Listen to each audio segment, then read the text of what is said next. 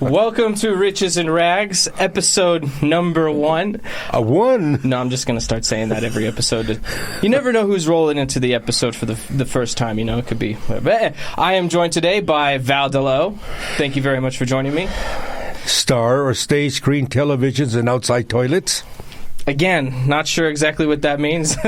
Don't worry. Don't worry about it. All right. By the way.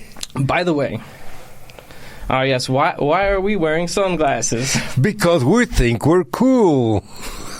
God. Can you imagine being cool at my age? I guess I'm still cool. Shall I take them off? If you want. I'm wondering how cool. Are we talking like ventilation systems? We'll let these the audience cool? Judge us as to how cool we are. Are we cool, folks? Or just a couple of dummies sit down here? Let us know when you watch the show or hear the show or listen to the show. Okie dokie. Well, I'm going to take my sunglasses because I don't think I'm too cool, bud. Maybe you be the judge. Oh, let me see here. Don't break them. There I am. And if you want to take these off and leave them off until we're watching videos and stuff, that's totally fine. There. Yeah. Am I cool now? If you're more comfortable, yeah, they're comfortable. We'll put them right there. Right now on. I'm going to need to comb my hair because...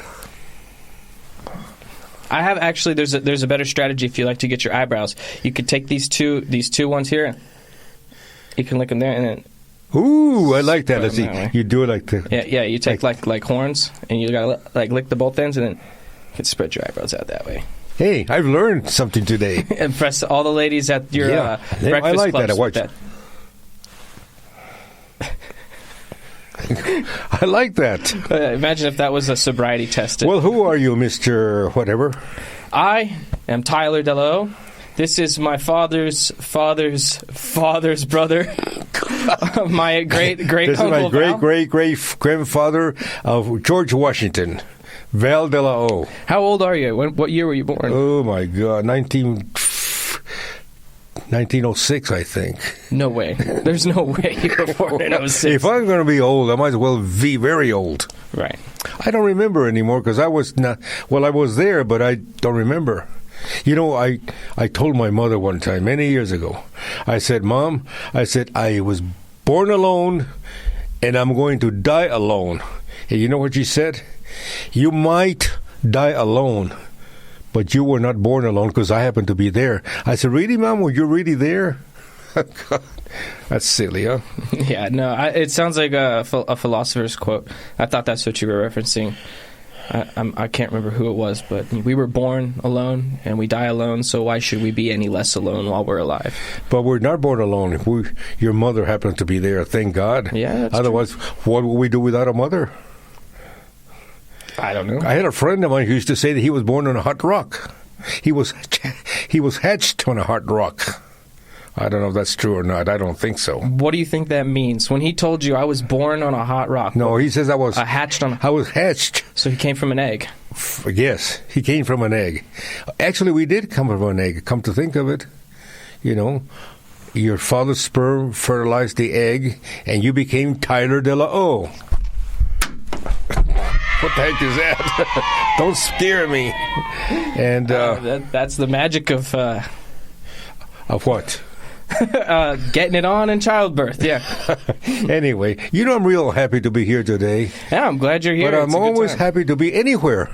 I saw Glenn Campbell one time on concert, and he said, "I'm glad to be here, but I'm glad to be anywhere at any time, because sooner or later we will not be on this planet Earth.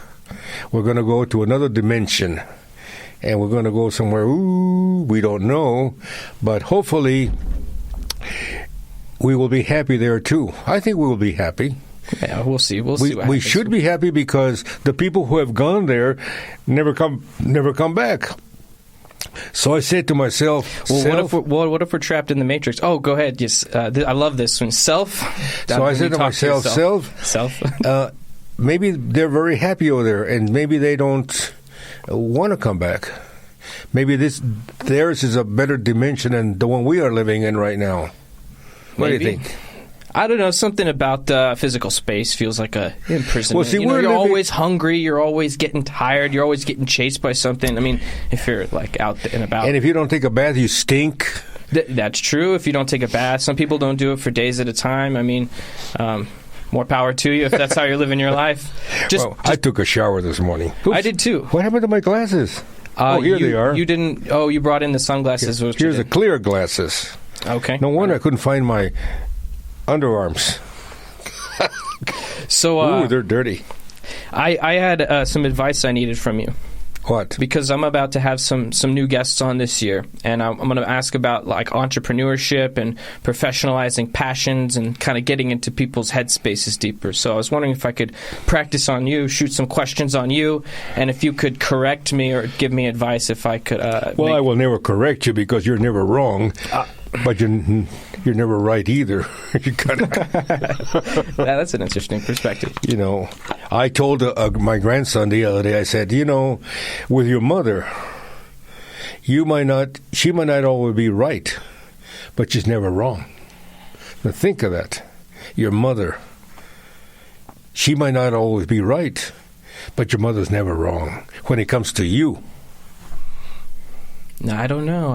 I don't know if I agree 100% with that. Like you said, everyone's a person. Everyone makes mistakes. Your mother. Think right? of your mother. Your mother. Remember what I told you prior in another show? Yeah. My father used to say, and I believe this, that the closest thing to God on this earth is your parents, if your parents are good parents.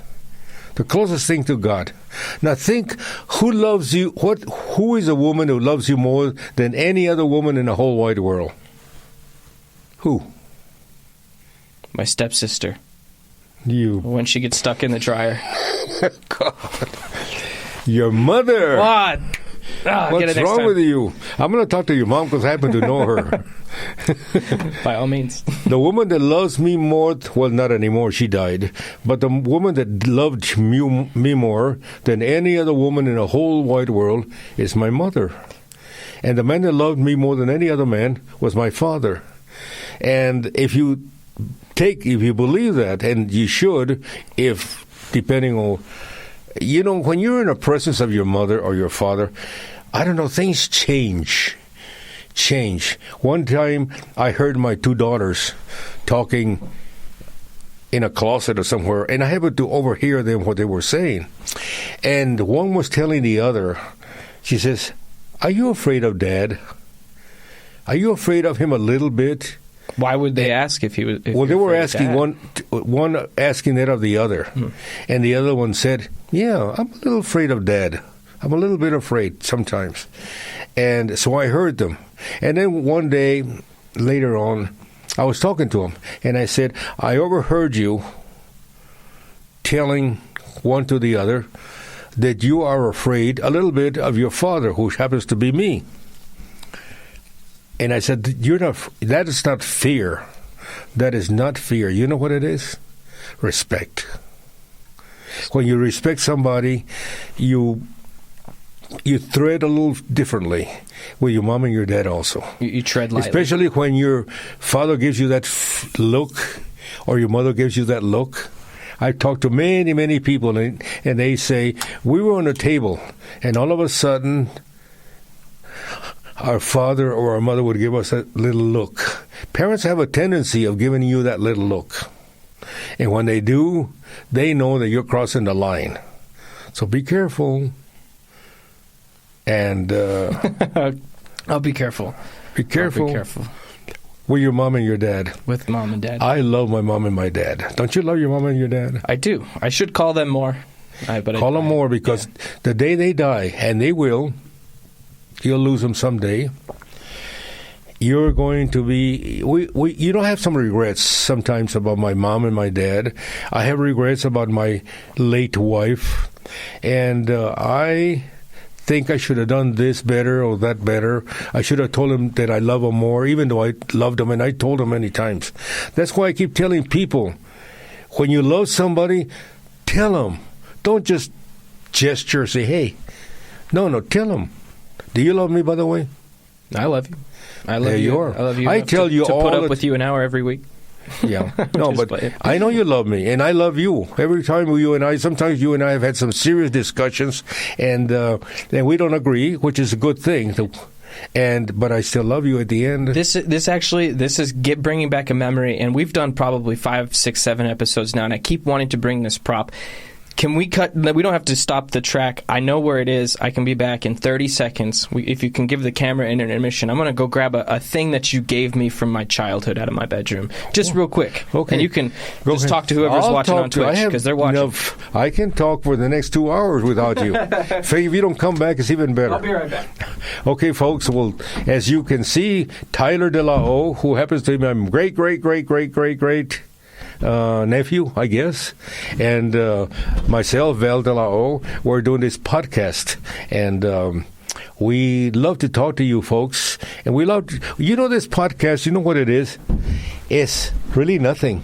We're just talking about everything that comes into our silly minds. Oh my goodness! Do you remember this? I remember. Well, I remember it now. Squeeze on in here. Ooh. See, you know why I gave you that hat? I remember exactly why. Because. Okay. I at least I can tell you from my perspective. Tell me your perspective. I had to have been maybe 5 or 6 or 7 years old. I was very small. We were at the park. It was a family get-together, and you were wearing this. And I thought it was the coolest thing I had ever seen. It still is. It's really, it's a fascinating hat. It's at this point in my life, it looks silly. I can see why you were like, here, have this so simply. But I couldn't believe that you would just, as soon as I saw it, and I said, that is so cool, and you're like, you want it? Here, have it. And it just blew my mind that I didn't even ask for it, but you just gave it to me out of the blue just because of how cool I thought it was. It's cool. What is it, a golf hat? A train hat? I don't know. Could be. It's just a silly hat, but when I was a small child and you just kind of just pass it, I kept it in a box this whole time. Put it on, see what happens. Oh, I put it on. It's I can't wear the headphones at the same time. What happens? Oh, I know what happens. Tell you what, boys. What say we all take a ride on my imagination flying machine? Wow. That's what happens. That's what happens. May I wear it for just a moment? Yeah. I have something to show you. Let me see here. Okay, folks, get ready. Now, this time I am going to look cool. Yeah? Where's my sunglasses? Probably in the case. Oh, yeah, that's right. I've got a very small head, as we saw with the helmet last week. Let's see. Yeah, see? Looks good on you. I know it is. Anything good looks good on me. Let me see here. Let's see. Oops. Let me see. I really want to feel cool now. Let's see what you How's got that? there. See if you can straighten out the hat a little bit there. Yeah. Where are we going? What adventure? What magical place are you taking us to? Well, it could be a golfing hat. It could be going to the circus. I like that. Those are old guy answers. Like, let's go to a magical place. This looks like the hats course. This looks like the hats that Dan Aykroyd and Steve Martin used to wear many years ago on what program? The Mary Tyler Moore Show or one of those shows. I wouldn't be able. They used to we're a couple of crazy, cool, and crazy guys, and this is the type of hat they used to wear. Well, there we are. Yeah. I'm going to put it there because now you messed up my beautiful hair, but it's all right. Right on. Well, why don't we get into a fortune cookie and keep this? We're being silly rolling today, but that's good. Sometimes it's good to be silly. I've been wanting to talk about that hat every you. time. I just keep forgetting about it. But see what happens. Let me tell you a story about giving something. Yeah. In the Mexican culture, more so than any other culture that I have, at least the Latin American culture, but I go a lot to Mexico, and I have been there. I have met a lot of very important people in Mexico, like ambassadors and people of that nature. And they have a custom in Mexico, and if you like something that you're wearing, as long as not your underwear, but if they like something, like for example, one time I had a guest on my home, and he was the Mexican consul, and he was wearing a beautiful tie, and I made a couple of comments about his tie, and he says, you know what? He took it off. He said, it's yours. And that's what I did with you. It's exactly. It blew my mind. It was just like that's what I did with you when you were a little boy. Yeah. I gave you the hat. That memory sticks with me. And if somebody likes so much, give it to them. I'm going to do that. In my home, sometimes somebody will say, "Oh my goodness, I like that picture, or I like that, or I like whatever." And if I can afford to give it, I say, "Take it. It's yours." And it blows people's minds that you give something spontaneously. I didn't know that was a Mexican culture or a Latin American I've culture. seen it there, but I think we ought to adopt that if we don't adopt it now. If somebody really makes a fuss about something in your home, and you can part with it, give it to them. And if it happens to be underwear or panties, I mean, go online or go to Japan. In Japan, they've got vending machines with used underwear that you can buy. They do? Hey, I swear. They've got, yeah. Well, I've never been to Japan. Have you been to Japan? I have once. Yeah, I was there for about a week. Yeah. Did you buy any panties? I didn't buy any. No, I didn't buy any panties. Oh. No. But really, I remember the Mexican consul gave me that tie. So one time, I was at a party, and there were some folks from another state, I don't remember where, and I happened to be wearing a tie, and the tie had like a rocket on it, and this guy fell in love with the tie. And he says, "What a beautiful tie. It had a rocket taking off." And I said, "You really like this tie? Oh, my goodness, what a beautiful tie."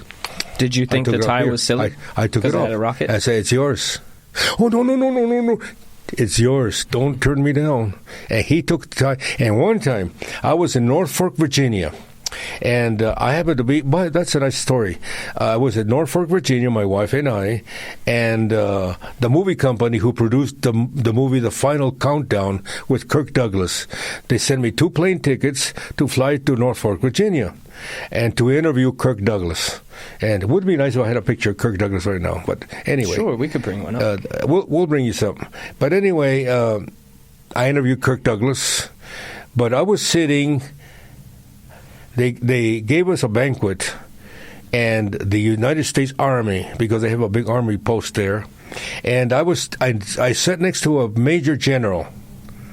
Now, major general is 2 stars, and I was so impressed with this major general because he was there. He is, Mr. Kirk Douglas. I interviewed Kirk Douglas, and it was real nice. Oh, that look is just that brow is so domineering. Yeah, he was a nice gentleman to me. He was very nice to me, and we had a nice talk, Kirk Douglas. But anyway, I was sitting at this banquet, and I was sitting next to a major general, 2 stars, and I was wearing a guayabera shirt. You know what a guayabera is? I don't know what a Mexican shirt. In Mexico and in South America, if you do not want to wear a tie or a suit because it's very hot, you wear a guayabera shirt. Bless you. And they're beautiful. They're embroidered. They're beautiful shirts. I happen to be wearing a wine color guayabera shirt. Bless you. What? Bless you. Bless you. Never mind. Yeah. Anyway, I was sitting next to this major general, and he made the comment. He says, "What a beautiful shirt. I never had seen a shirt like that." And he made a couple of comments. Can we bring up what one of them looks like? How would you spell it? Guayabera, Guayabera, something like that. Guayabera. Maybe with a V instead of a V. Guayabera shirt. Like guava. They're very popular in Mexico and in South America. No, that just comes up with the political guy. No, that's not. That's a different type of shirt. Well, let me finish the story. Yeah, sorry. So I was sitting next to this major general, and I was wearing a Guayabera shirt. Bless you. And he said... Do I have something? No, it's like sneezing because you keep saying a word, Guayabera. Achoo. Guayabera. Yeah, never mind. Anyway, the general liked my shirt, and I said to myself, "Self, you got to give the shirt to the general." So I said to the general, "Sir," I said, "this shirt is yours already." He said, "What do you mean?" He says, "As soon as I get to Albuquerque, I'm going to send this shirt to the cleaners. I'm going to put it in a box, and I'm going to mail it to you." When I found out we were the same size. Is that like what you're talking about? Yeah, there those are those. Okay, yeah, I know what that means. The first thing I think of. Wait, scroll it up. Mine was like the one on the right hand side. With the flower? There. That one. That's it. With something like that. Okay. Anyway, I was wearing that shirt, and he fought me there for a moment, but it was too late. He had liked it, and I decided to give him the shirt. So when I came back to Albuquerque, I took the shirt to the cleaners. I had it cleaned very well. I put it on a box. I put a little card to him there, and I said, compliments of Val de la O, and I sent it to Norfolk, Virginia. Oh, that's so cool. And he received that shirt. So I'm telling you, that's a wonderful custom that we ought to continue, maybe even enhance. I've exchanged shirts with people before. What? I have exchanged shirts with people as like memorabilia to remember them by, or given them one of mine. I do that all the time. I do it all the time. Somebody wants something, give it to them. And they have given things to me. Yeah. I was studying abroad in China, and this Spaniard, this chick from Spain really liked my Star Wars shirt, so I gave it to her. So I know what you're saying. Yeah, it's a good thing to do. So do it, folks, if you haven't done it yet. Just don't tell anybody, I like your wife. Because he might give her to you, and then you're stuck with a wife. Then you won't know what to do. You're stuck with her. Okay, we're getting a little silly now. That's fine. Anyway, what are we talking about? Anything are we ready for the fortune cookie? Sure, if you want. I'm going to move my drink so you don't knock it. Are you ready? I am. Ready? Yeah. There we are for the fortune cookie. Let's see what this bad boy says. A lot of these times, these restaurants these days in restaurants, they're turning into advice cookies. It's kind of getting on my nerves. They're not so much fortunes as they are advice. Maybe these are kind of advice cookies, too. Discipline is choosing what you want now versus what you want later. Again, discipline? Discipline is choosing what you want now versus what you want later. So being disciplined means being able to choose what you want later versus what you want now. I'll give an example. I want to sleep in all day now, and I want to eat a burger now, and I don't want to work today. So I don't, and I give in to the now, and then, well, we can all imagine how the future comes out. Or I can be disciplined and choose what I want later, which is maybe an easier future, so I work hard today. Right? Well, it depends. It depends if you're wearing your Depends. Sponsored by Depends. No, it depends. Should we try and get them as a sponsor? Because, you know, what if you're crossing the street and you say, I don't think I'm not going to look for cars today. Just wing it. I've seen some people do that in this city. They do. Sometimes you're liable to get killed. These jaywalkers, they will blatantly, not giving a fuck, walk right out into the street. That's right. Yeah. I've seen a lot of people do that. Here, it's bad. And so you have to be prudent about your decisions, because you never know when you may be making a wrong decision, or if you do, you're liable to get killed, and you don't want to do that. Or you'll kill yourself through your own squandering. That's right? Correct. So it's like you can choose what you want now, or choose what you want later. There's no cut and dry answer to some of these things. All you have to do is be careful, be honest, be vigilant, and not only for other people, but for yourself as well. What about the discipline? Maybe we can dive a little deeper on the word discipline. I think that people ought to be disciplined. If you are not disciplined, then you have no structure. But how would you describe being disciplined? Discipline is really in a very amateurish way, I suppose. Sure. I would think that discipline is something that you propose to yourself, or you promise to do, or you commit yourself to do, and then you do it. Yeah, okay. Upholding a promise that you make to yourself. For example, I was supposed to come to this podcast today at 12 o'clock. Mm-hmm.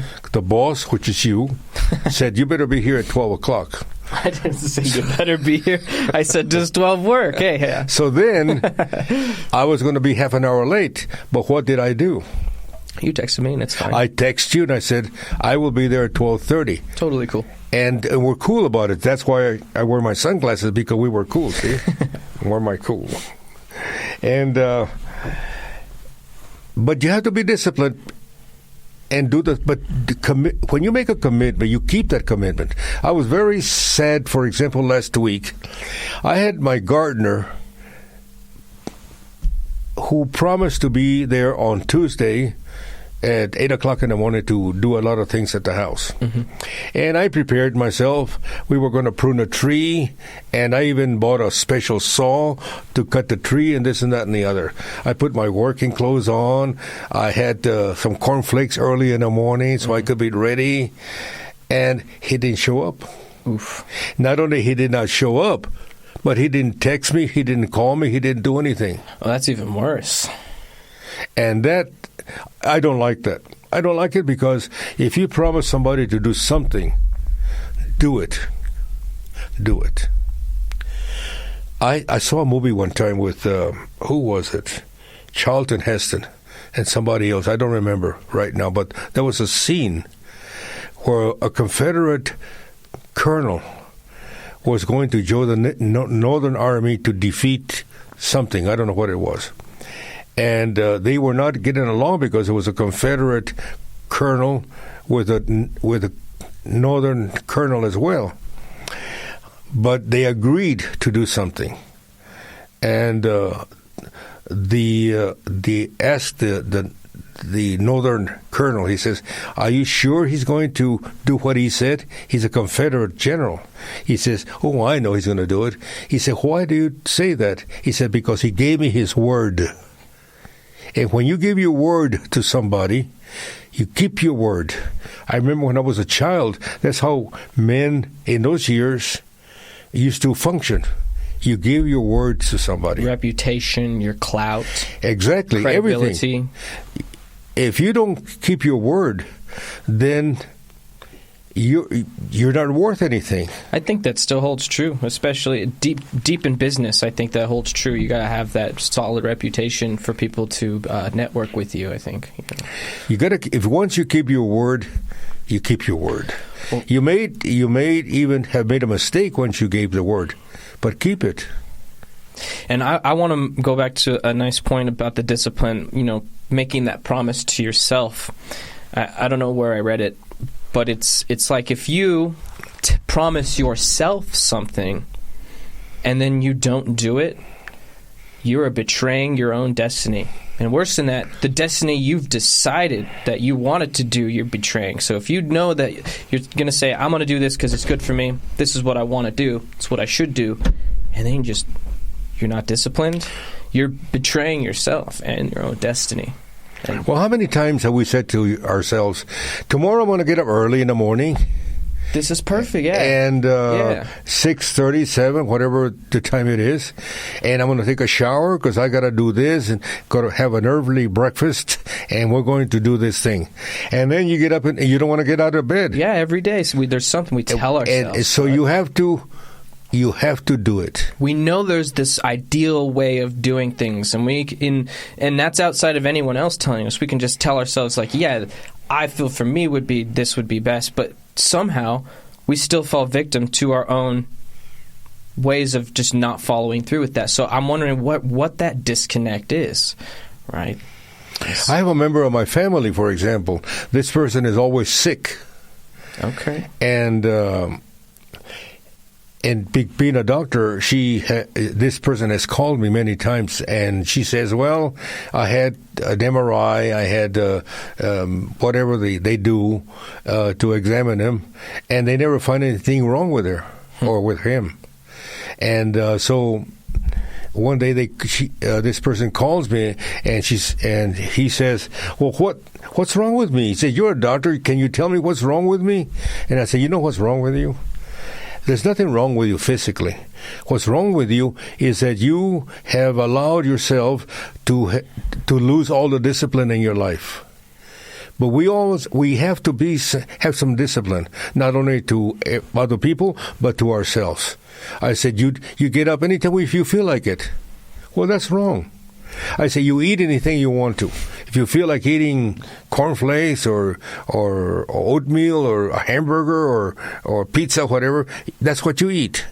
You do not bathe many times, goes 3 or 4 days without bathing, and you're not supposed to do that. In other words, it's like a little foam on the river. It has no discipline. Just the current will take you anywhere that the current wants to take you. That's not the way life is supposed to be. We have to be functioning with life, and we have to have discipline in ourselves. So people ask me, how come you're so, well, I was going to say old, but I'm not old. How come you are a certain age and you still are very well and very spry? And how have you kept it together so well this long? God, I'm glad you asked that question. It's maybe a polite way of saying that. Here it goes. I mean, it's a fair question because your brother, my great-great-great-grandfather, great, he is younger than you by a couple years. However, he's already passed away, and a couple years before he passed away, his health declined physically and mentally. He lost his ability to talk and communicate, whether it was dementia, Alzheimer's, aphasia, who knows. But here you are, older than he is, and still sharp as a tack, or however they would say it. I am sharp. See, I'm sharp. So, how have you been able to keep it together this well for so long? Well, first of all, I have a sense of humor. Ooh, this is good. A sense of humor is good, because a sense of humor, that's why I'm doing this show. This is funny for me, because it's sense of humor enhances your immune system. The more you laugh, the funnier the happier you are, and it enhances your immune system, and you're healthier, and your brain produces endorphins, so you can feel good and do everything. So sense of humor is very good. Okay. Secondly, you have to have some discipline. Okay. I'll tell you something about my brother that I happen to love dearly. I put him on a regimen of certain supplements that I thought he needed, and he told me he was taking them.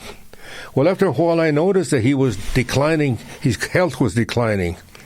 So, unfortunately, and this is a sad story, but it's the truth, when his daughter called me that he had died, and that if I wanted to participate in cleaning out his apartment. I went to his apartment, and as I was cleaning his apartment, I went into one of his closets, and in the very back of the closet, I found the supplements and things that I had recommended for him to take.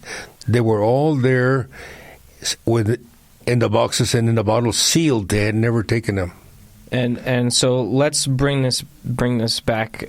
So these are supplements, herbal supplements that you had personally recommended him because you were a doctor of naturopathy. I'm a naturopathic doctor. A naturopathic doctor. You had your own herb shop.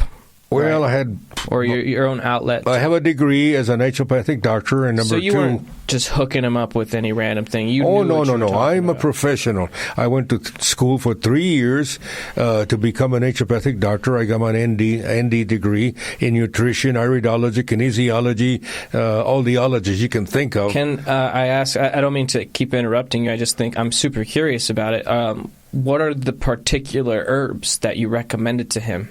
In his case, he had Alzheimer's. Yeah. The first thing that I recommended to him is essential fatty acids. Okay. Essential fatty acids are really the acids that you find in like flaxseed oil, like omega oils, which is fish oil, castor oil, many of those oils. And by the way, lots of foods have them as well. Avocados, for example, are loaded with essential fatty acids, and it helps to prevent, or at least to cure, or not to cure, necessarily, but to help alleviate is Alzheimer's. And by the way, this is not coming from me. It's coming from, I saw a TV show the other day, and these doctors were recommending essential fatty acids to fight Alzheimer's. I had given those things to my dear brother, and he didn't take them. He was taking them in the beginning, And then something happened along the way. Somebody told him not to do it, whatever it may be. And it turns out he wasn't taking them anymore. Either that or because of his condition, he was not conscious of taking them. Anyway, I found them all piled up at the back of a closet. And that kind of made me very sad. Because had he taken those supplements, it's possible that he had lived longer. It's possible that his condition had gotten better. And but that's what happened. Yeah, and one of his favorite things to drink were those little pre-made coffees with a lot of the dairy and the sugar. So I recommend, or I suggest, I'm not telling anybody, and this is not a cure for anything, but I am suggesting to people that they ought to take their essential fatty acids, their fish oils, their evening primrose oils, their flaxseed oils, or food for like avocados and foods that contain a lot of essential fatty acids, and it will help them. I take them all the time, and that's why I have this brilliant mind of mine. Do you take them every morning? Every morning, and sometimes in the afternoon. Do you take every morning? And that looks like a coronavirus. So these, I had to go all the way to Romania to get these. Is that the fruit really, or did you add those little things to it? So it looks like a fruit, but it's actually part of an animal. Believe it or not, these are dragon testicles. They're what? Dragon testicles. Dragon testicles. Yep. Wow. Well, how did you get the? How were you able to get the dragon to part from his testicles? Trust me, you don't want to know. You don't want to know. You don't want to know. Wow. No. They are dragon fruits, and we have two of them here. The one that I'm cutting, I figured since we were talking about foods and vitamins, this would be a good point to just kind of start cutting this. I've washed it. This is a big one. It's called a red flesh dragon fruit, and my God, it is beautiful. I don't really know exactly how to peel it, but we're going to find out. We had it last night. It's purple. It's kind of pink. How would you describe these things? What are these like? Well, I'm not familiar with dragon testicles to begin with. But it's not an actual testicle. Oh, it isn't? No. This is a fruit. I was joking. Okay. I'm not going to give you testicles yet. You know, I've eaten testicles. It peels right off. That's nice. Have you eaten? I have not eaten any testicles yet. Have you eaten bull's testicles? No, I've eaten bull's testicles. I might have had it snuck in my meals. See, this is the flesh. It's got these black seeds in it. By the way, one of my favorite have colors. you ever seen mothballs? Mothballs? What? I mean, are we talking like the actual balls? Have you ever seen mothballs? Yes or no? No. You haven't seen them? Maybe not. Oh, it's very easy. All you have to do is spread the legs of the moth and see them. That's why I've never seen them. I've never got that kinky with the moths. It's not kinky.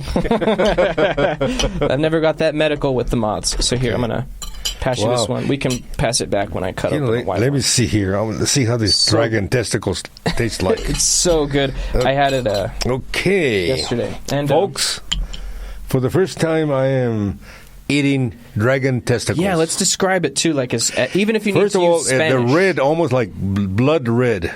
Okay. And they're about yay size. Yay size? Probably the size of a large fat guy's heart. Yeah, the size of a grapefruit. Okay, and then this smaller one is yellow. It's ripe. It's going to be white flesh on the inside. It's maybe a child's heart. I just told myself a joke, but I don't know if I could say it on the air. Go ahead, give it a shot. We'll see what happens. If it's that bad, I won't get into trouble. It was a joke. We'll see what happens. I said to myself, that could be a Chinese dragon, the yellow one. Just because it's yellow? Well, the yellow race, Chinese belong to the yellow race. Yeah, I see what you're saying. It's a joke. I get the joke. Can you imagine all the letters we're going to get now? Yeah. I mean, that's... Okay, here we are.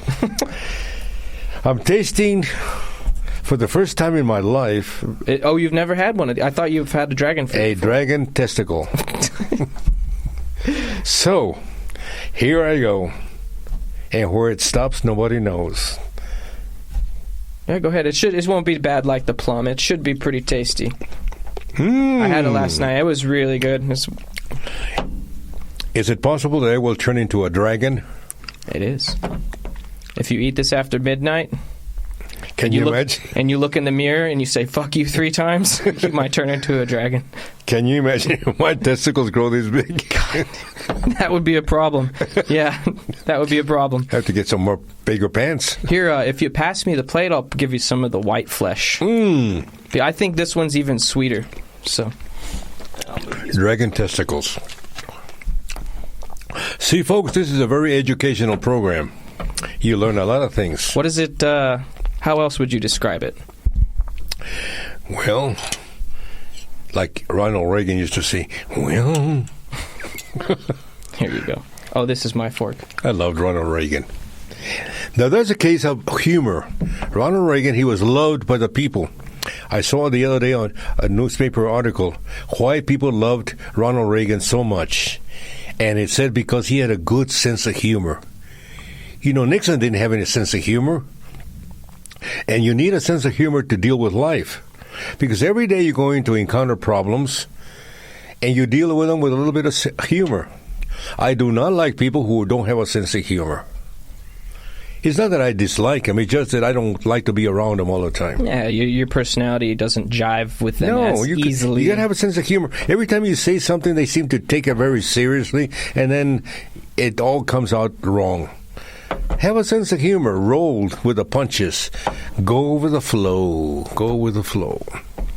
Okay. I think humor is very important as well. Now I'm going to have some dragon testicles. There we go. The yellow ones, right? Apologies for me getting distracted. I just have a lot of stuff here. I don't want to get wet. Don't worry about it.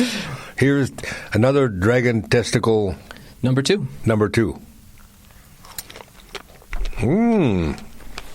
So the flesh just kind of melts apart in your mouth. They've got these large, crunchy seeds. They're kind of like chia Where did seeds. you learn this from, these testicles? Where'd you pick them up? To be 100% honest with you, I got both of them from our local Smith's, Kroger.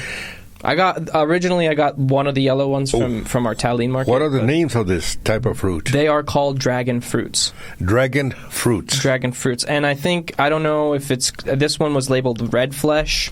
This one I assume is labeled white flesh, but you know what? I'm going to buy them. You're going to buy them? Well, I'll sell the rest of this to you for how much? Pardon me? How much? You want to sell me that part? Yeah, let's... Fine. How much do you want for it? $45. $45? Yeah. You got it. It's not worth $45. See? No, I won't sell it to you. I called your bluff. That's another thing. Call the bluff. Call the bluff. Call the bluff. When somebody tells you something, call the bluff. And 9 times out of 10, they will pull back. Call the bluff.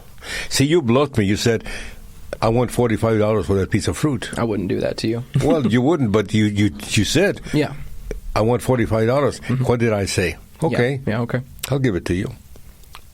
And I called the bluff. To call the bluff. Some people will say, if you don't do that, I'm going to do that. I said, okay, let's do it. One time I went to this person's house, and they said, I want you to get out of my house right now. And they used the F word. You get the out of my house. Okay? And I said, I'm not going to. I'm not going to. You got to get them out of my house, or I'm going to call the police. I said, I'm not going to. Call the police. You were in their house? I was in their house. Okay. So. And I was sat down on a chair, and I said, okay, I'm going to sit on this chair, and I'm going to wait for the police. Guess what? They did not call the police, and they finally went into one bedroom, and they said, okay, this person did not. See, I called their bluff. I said, okay, I'm going to wait here and wait for the police. Well, all right, let's back up, because I'm thrown into this story I don't know the contacts. I don't know the people. Why do they want to call the police on you? Because they were threatening me, That's going to fall off your forehead here in a second. my testicle is going to fall off my fork. You ate right? some dragon fruit. You think you're a wizard with that one over there. Well, what was your question? Why were they calling the police on you? Because we had a discussion, and this person got mad at me. What are you doing? If you had headphones, you'd know. They're just sound effects. You could keep telling your story about the police. Okay, do it again. Oh, it's rolling. I can hardly hear that. Yeah, anyway, it's supposed to be quiet because you're talking. The reason this person got angry with me, and this person said, "Get the F out of my house." I said, "I'm not going to. You got to get out of my house or I'm going to call the police." I said, "Go ahead, call them." So I sat down on a chair, but this person did not call the police. See, I called their bluff. But I still, why was there an altercation? What were you doing that they wanted? Altercation is really not important. Okay, all right. I'm just telling you that I called your bluff a moment ago because you told me that you wanted $45 for the piece of fruit. And instead of fighting, you say, it's not worth it, this and that. And I said, okay, I'll give you the money. What I did at the moment, I disarmed you. Okay. I disarmed you. You did. You kind of took it away, which is why immediately I went out. I took it away, your power, and you... I felt it, actually. I felt the air kind of leave the value of the statement when I said that. You were like, okay, and it was just like... And I was like See, you lost your power when I called you, called your bluff. Wow. Yeah. Okay, I'm going to eat the testicle now. Enjoy it. Can you do another intermission for me while I put this up? You okay to do another intermission while I put this up real quick? Of course. I'll talk about the testicle and many things. Yes.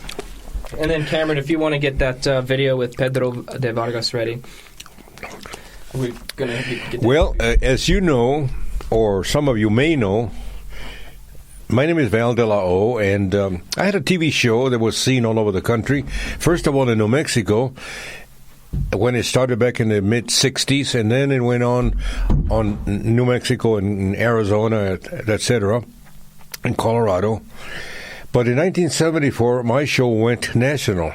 It started going, we nationally syndicated the show, and we went into New York, Chicago, Los Angeles, Sacramento, Dallas, San Antonio, all over the country. It was all over the country, and we had a lot of celebrities who came to do our show, and a lot of famous people, and governors, and senators, and local people, if they had an interesting story, and etc. So anyway, the show became very popular. It was on national TV from 1974 to 1989, and it was seen all over the country. So that's why my great nephew invited me to this show, because otherwise he probably would not have invited me. And the reason why I can say these things is because he's not in the studio right now. I'm talking to myself here, to you people. And I want to thank you, by the way, for being with us today, as always, because I believe that when people give you their attention and whatever, that they're paying you a big compliment. So when you people listen to us, as crazy as we may be, you're paying us a great compliment, because you might feel that we have something to say, even though we might not say anything. But do we have something to say? We do. If you want to find us... Like right now, we're talking about this fruit called dragon testicles. Yeah, it's much appreciated for anyone who's tuning in. We're going to try and keep this thing as entertaining for you guys as we can. So if there is a video or a topic suggestion, or maybe a little bit of life advice that you would like to ask anonymously, there are a lot of ways to reach out to us. You can shoot us an email at delaostudios@gmail.com. You can reach out to us on our social medias, DM us, or you could hit up our Discord. That's a good one. We'll put the link in the description below and in the credits for you guys, and we'll move on to talking about the show. You really wanted to talk about Pedro Vargas, right? Well, Pedro Vargas is the Sinatra of the Americas. He was a very famous Mexican singer that I happened to work with in Las Vegas and Chicago and other places, and I know him quite well. And he appeared on my show, and what we're going to show is just a small clip when he appeared in Miami, and you can roll the tape now whenever you want to. And it's sometimes this VLC media player makes us open the file again. Who's that nice guy with the burgundy jacket? Burgundy? You call that burgundy? That to me looks purple. Well, purple. One second. My daughter will like that because no worries, Cameron. I have a special daughter, and her. There we go. Yeah. Anyway, Pedro Vargas was a very famous Mexican singer. Perfect. He was a star of the RCA Victor Records, and oh my God, look at that diamond ring What do you on think? my left hand. Should we let it roll for maybe 30 seconds or a minute? See what there he is. Oh, that's the interview. En México. I was hoping you would Pero see him. como aquel famoso play estudio where he was rally de don singing. Pedro Vargas, But esa anyway, mancuerna que that's the hacía interview. Qué bonito. And one of my reporters went to, I think El Paso somewhere, to interview Pedro Vargas. Okay. So, yeah, I guess that's him. Well, it's all right. There's actually he's 3 points in this episode, so we didn't really know which one you wanted to bring That's up. where he's singing. The first performance or the end in the opera house, because there's like one where he's singing in the beginning here, but then there's also at the very end he's singing. It doesn't matter. That's not.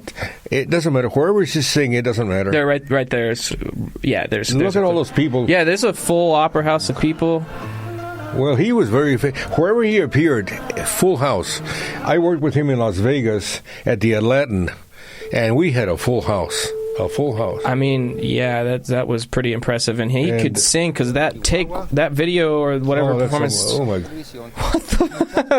This is interesting because now we're just skipping around on the video. No, that's fun. It's because there's also a nice political tartamundo in this episode too. Yeah, sorry, it's just. There he is singing. What a stage. It's beautiful. It's large. It's got a red They had carpet. about 15,000 people there. 15,000 people? It looks like a orchestra theater, right? Or was it even bigger? It was in Miami, and there was but 15,000 people. The Cuban people really loved Pedro Vargas. And wherever he appeared, they were just mesmerized by his singing. What did you think about him as a person? Did you get to know him beyond the interviews? He was a beautiful gentleman. He was very meek, very humble. He autographed some posters at where I participated. Mm-hmm. There were 3 acts on the show. There was Pedro Vargas, Sergio Mendes, and Val de la O. I had third billing, and believe me, I was very humbled to have third billing because who would not want to appear with Pedro Vargas? As he was considered the Sinatra of the Americas with the Latin American people, and anywhere that he went, he would pack them on completely. This guy, by the way, is his pianist, and his pianist is mimicking Agustin Lara, who is probably the greatest composer of Mexico in those years, Agustin Lara. And it was a wonderful thing. Yeah, anyway, it's quite a large audience, and they're wearing suits that looks like people. The suits look like they're studded in diamonds. People. Like they're sparkly suits. Yeah, that's huge. And you interviewed him multiple times because you gave me 2. You only gave me 2 CDs, episode 54, episode 174, but both of them had Pedro. So were there more? Were there more episodes? Oh yes, he some of the shows he was he was not a regular guest, but he appeared on my show 3 or 4 times, and he was a very famous, popular singer. And so he didn't have too much time for me, but whenever he did, we would be happy to go. And we would go wherever he would be appearing. One time he was in El Paso, and we went up there, and we had the cameras, and we interviewed him, and we talked to him, et cetera, et cetera. So I imagine there were probably lots of people who wanted to be on your show. Maybe they requested after a while, but what about this guy? Was he someone that you said, let's go get him. I want him on my show. Did you reach out to him, or did his managers come to you? Well, it was kind of a mutual thing. What happened was I got a call from the promoter in Las Vegas. I had a call from the promoter, and he. I'll tell you a story. This is cute, kind of interesting in a way. Is that it was going to be the show was going to be Pedro Vargas, Sergio Menez, and Ricardo Montalban. Mm-hmm. That was it. But at the last moment, Ricardo Montalban got sick. And so they wanted a replacement for Ricardo Montalban, somebody who was maybe not as famous as Ricardo, but certainly famous nationally in some way, and somebody who has performed on a stage or whatever. So at the last moment, they called me, and they said, would you like to perform with Pedro Vargas and be on get third billing? Pedro Vargas, Sergio Menez, and Val de la O. Oh, wow. And I said, let me think about it. And I thought about it for about a second.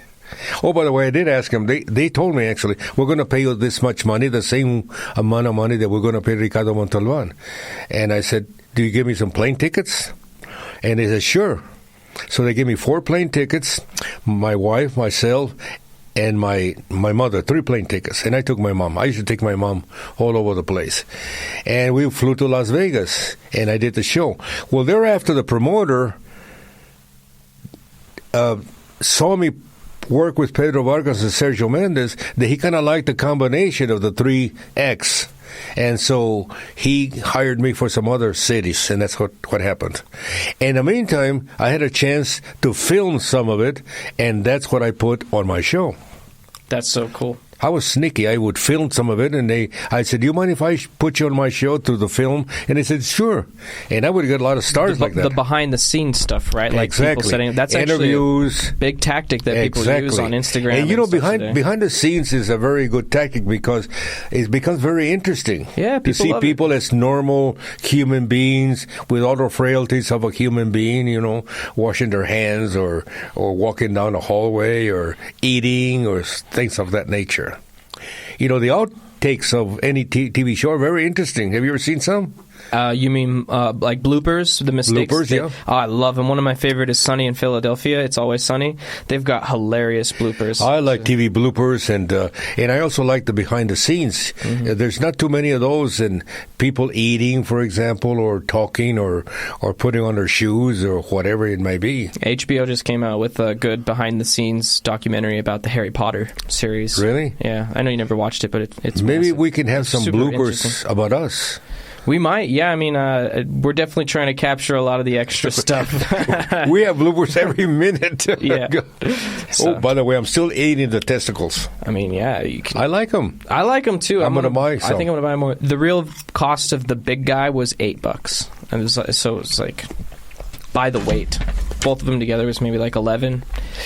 They weren't that bad. Are we on camera or what's? We are on camera. That we can't see exactly what he's and the audience sees, but we are on camera. Heck yeah, we're on camera. Can the people see us? The people can see us. Oh, whoa, wow! Yeah. So, can they see how cool I look with my glasses? Sure. Let me see. Cameron, are there any Twitch viewers right now, or are we sitting on 0? Do I look cool? No, yeah, we have 2. Right on. Do any of you guys want to ask any questions? They can if they want. Ask me anything you want. You know, I love for people to ask me questions. You love for people to ask you questions? Sometimes they tell, yeah. Okay. I like to be asked questions. Sometimes they say, how dare you put us through all this? And I tell people sometimes, well, like Ronald Reagan used to say, well, turn it off. Right on. Maybe we can go with one more fortune cookie. See where that momentum takes us. That's a good idea. I'm ready. We'll do one more. Let me move my Wait a minute. Let me. We're gonna. Are you ready for the bong? Oh yeah. One more of these. Discuss it, and then we can go into some reaction bids. It's amazing how fast time goes when we're doing this show.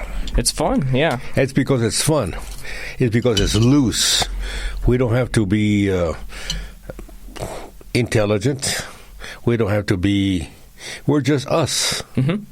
And I hope that people will recognize that. I'm sure they do. And levity, kind of screw-ups once in a while. Yeah, the authenticity of exactly. just kind of doing it. And we talk about a lot of things, folks, but we appreciate that you people are tuning in to us.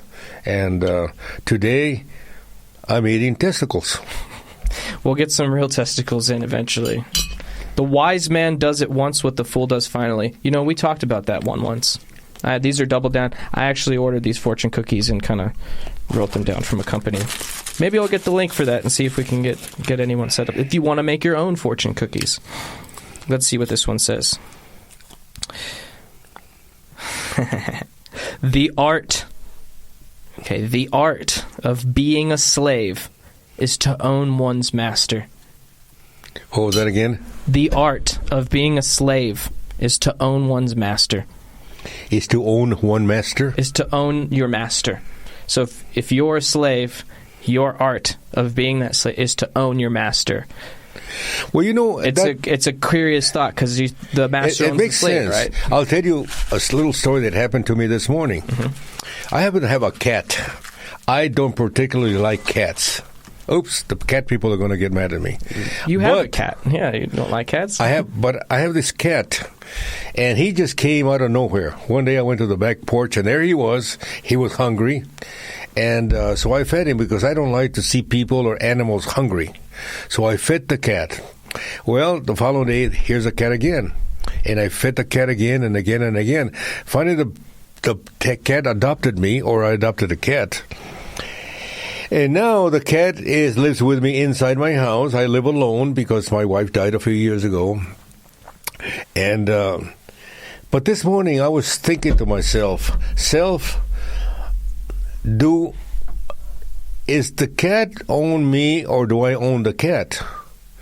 Because anytime the cat wants something, there I am ready to provide it. You know, he wants food. He just gives me the signal, I want to eat, and I give him the food. He wants to go out. I open the door. He goes out. He wants to come in. I let him in. So I'm his servant. Even though I'm his master, I'm his servant at the same way, at the same time. So I said to myself, who owns? Yeah, does the cat own me or do I own the cat? I think the cat's smart. I really do. I think maybe the cat is very smart. I'm sitting on my sofa in the evening watching TV sometimes, and guess who jumps on my sofa and lies on my lap? The cat. What do? I cuddle the cat. Sometimes I have to shove him a little bit because he wants to do things like he gets too close to my face or he starts to claw me, and his claws are kind of sharp.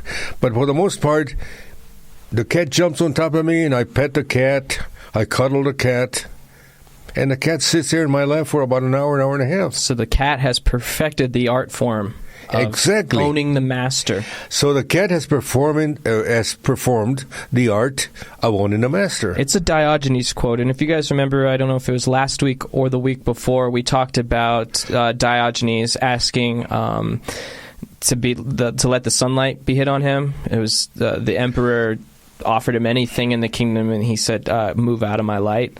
Right? The same guy is this guy that used this quote. And I just want to iterate a little bit of the story, is that he was captured for human trafficking, slave trade, and he was put on a ship. And on his journey, he convinced his captors, he said, look, guys, you're selling me as a slave, right? And they go, yeah.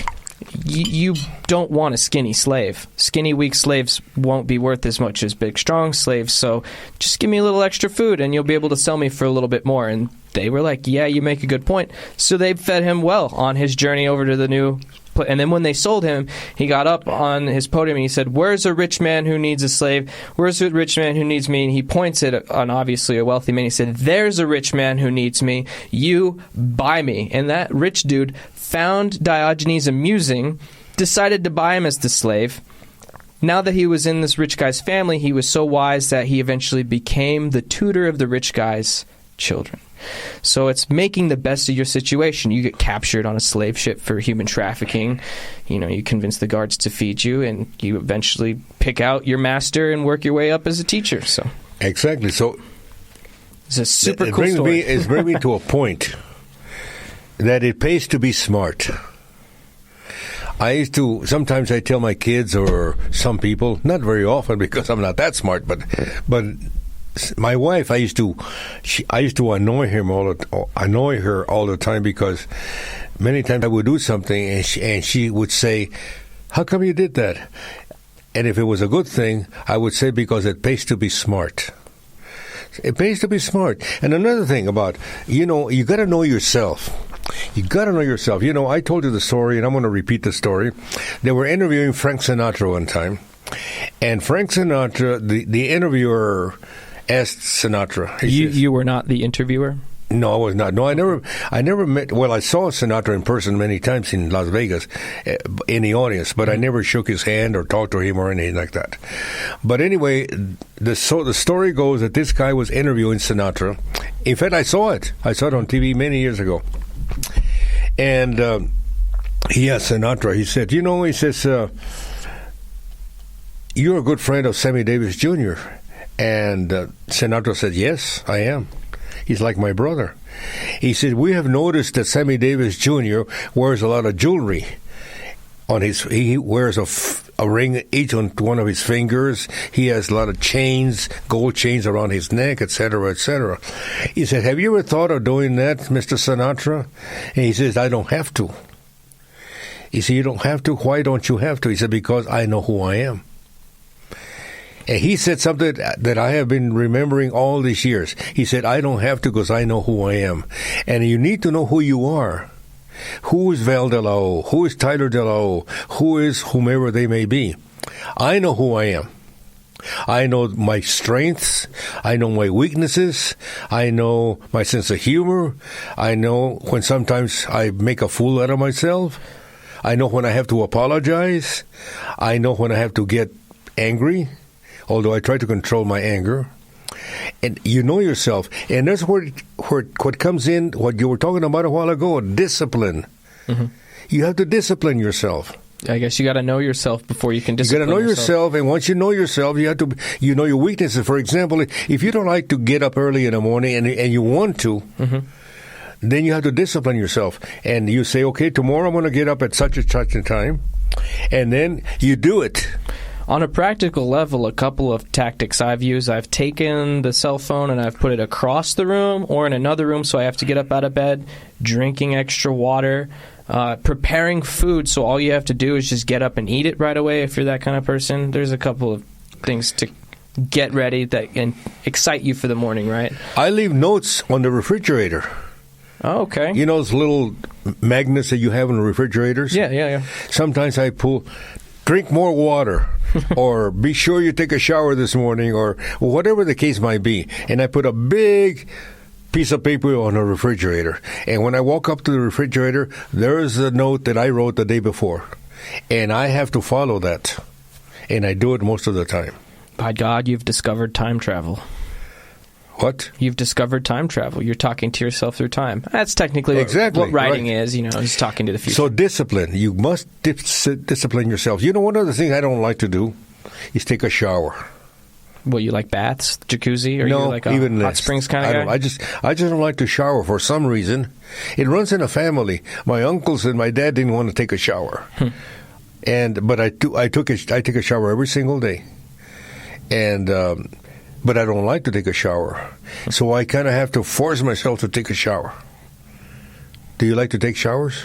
I do. I really enjoy showers. Did you take one this morning? I did. And sometimes I'll turn it all the way cold, and sometimes I'll cold? I don't like cold showers. Yeah, we talked about the cold therapy, cold exposure, hopping in ice baths. I'm going to do it here pretty soon. I'm just trying to muster up the desire. They say that if you take a cold shower, that it will increase your circulation or whatever. It's good for the it's good, but I will not do that. It's also good for your pores, because if you're using a hot shower and steam and it leaves your pores open at the end of the shower, your acne will get worse. So if you want to improve your acne and make it less, just turn. You don't have to take the whole shower cold, but just turn it off at the end of the shower. Make it cold. That way, your pores close up and they don't stay open from the hot. So right now you're walking around with open pores. I mean, no. I mean, aren't we all? No. No. Our pores are not open. No. After a hot shower, maybe. After a lot of sweating, maybe. Right? The pores That's what taking a sauna and a hot steam, that's what it does, right? I don't know what we're doing anymore. Anyways, moving on. Let's see what we can figure out with some of these videos. Maybe we can take a step away from the the cold and hot showers. Yeah, if you just go to the Drive, Google Drive, and then be the document that says reaction vids, it might be down a bit. You know, this... But you never take cold showers? You never take cold baths? Well, I've had to. One time I went to Guatemala to visit a friend of mine. Let's see. He's a brother of the president of Guatemala. That's a good one to start. Who the president of Guatemala? I'm sorry. I had a friend of mine. His name was Rudy de Leon, and he was the brother of the president of Guatemala. Okay. And I went to visit him, and he told me. He says one day. He says I stayed with him about a week. Mm-hmm. He said, "Would you like to go visit my brother?" I said, "Your brother's the president." He says, "I'm his brother. I can go there anytime I want to." I said, "Okay." So I went to visit his brother. He was a president, and we walked in. We had to go through some security, this or that. But we went to the office of the president of Guatemala. Wow!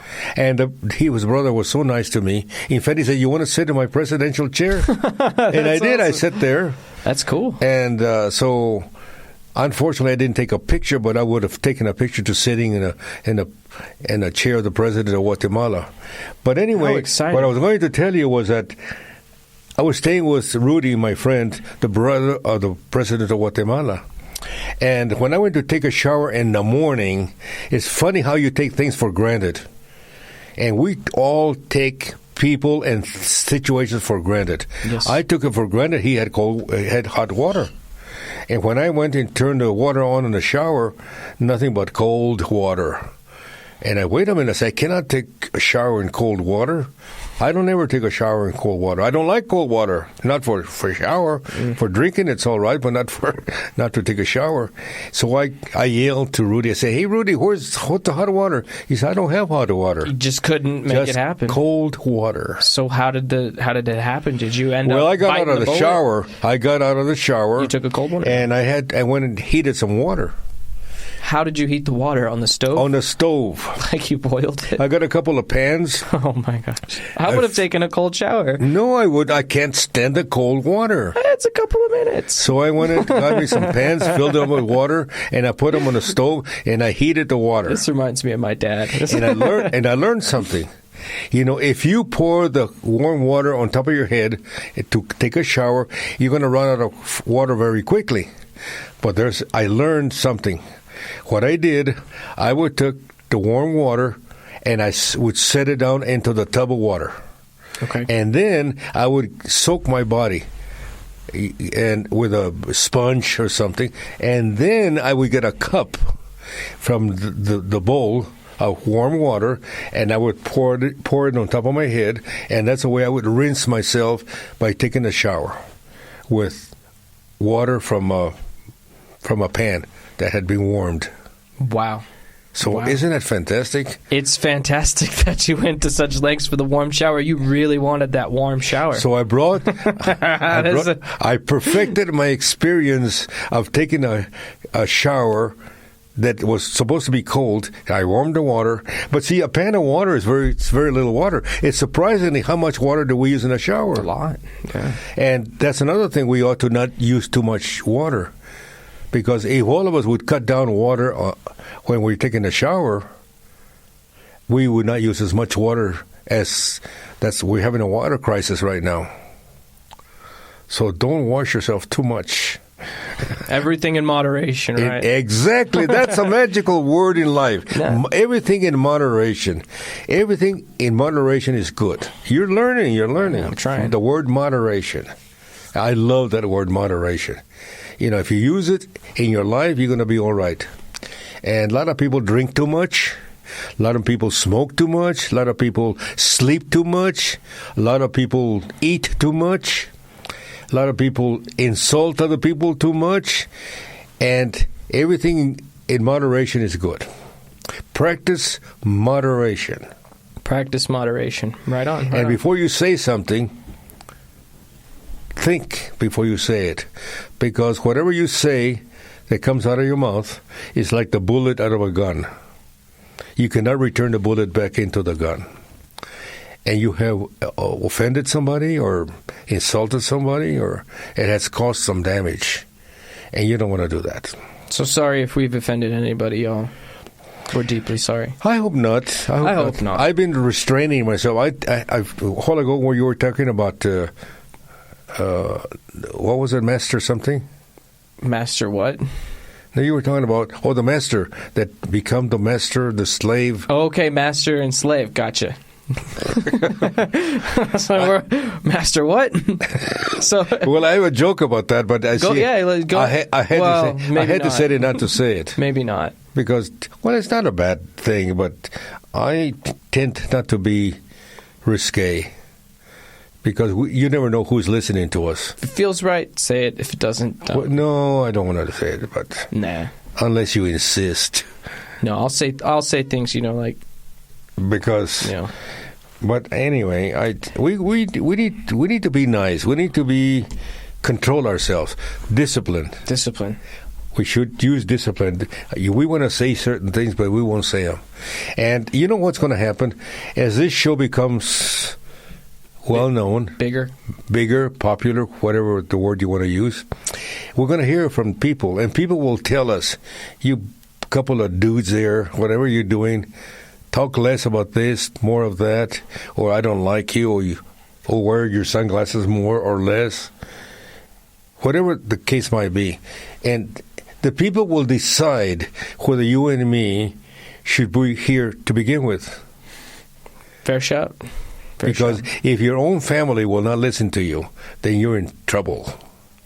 You're in deep doo-doo. But for now, I'm driving this car, right? I have got a spectacular video for you. Have you ever seen a fish drive? Have you ever seen a fish move around above the water in a tank? This is hard for me to describe. This is, okay.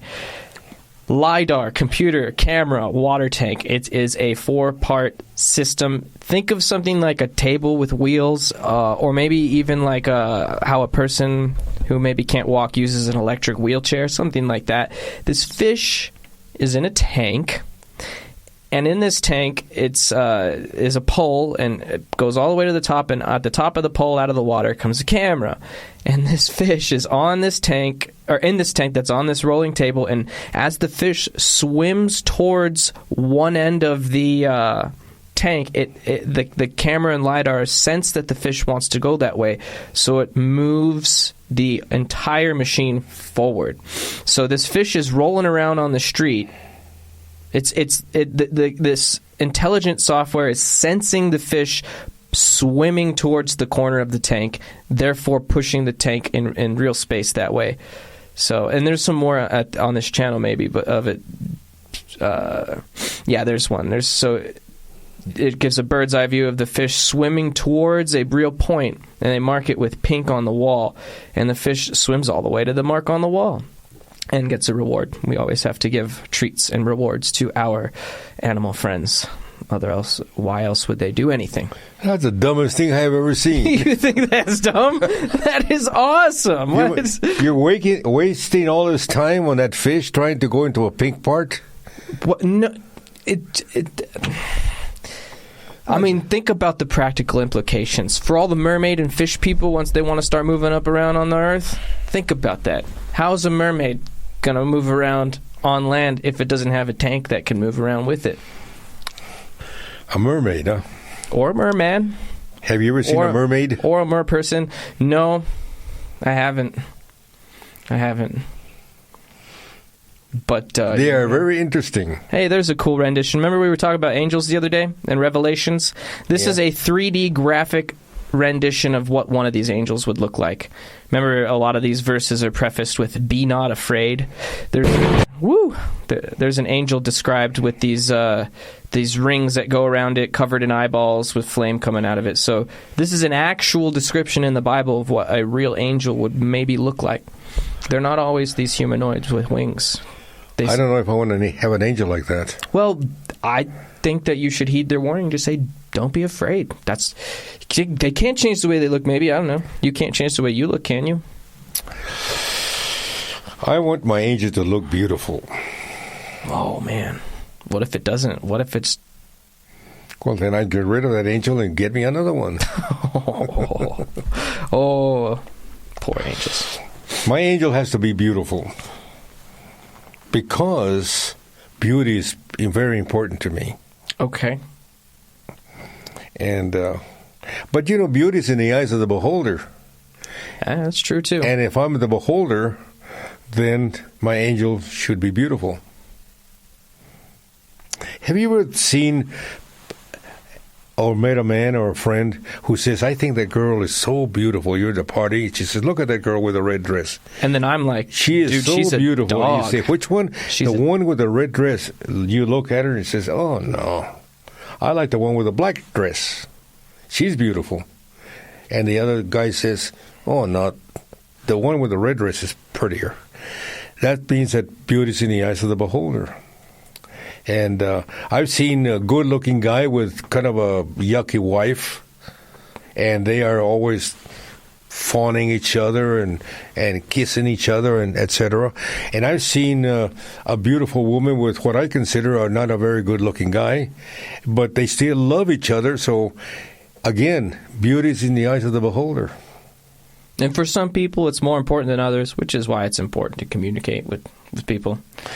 Well, it brings me back to the initial point that I made on one of the shows. The purpose of every human being on the face of this earth is to be happy. To be happy. Is it? Yes, because if you're happy, then you have everything. If you're living in a shack, but you're happy, then that's it. If you don't have a lot of money... But should it be your pursuit? Should you always be in pursuit of happiness? I feel like that's a fool's errand. But sometimes you don't catch it. It's a never-ending task. You can pursue happiness, but sometimes you won't get it. But is it the point? Is it the main point to try and But if you're it? happy... I know a lot of people... The other day, for example, I was watching that program on TV where people live in Alaska.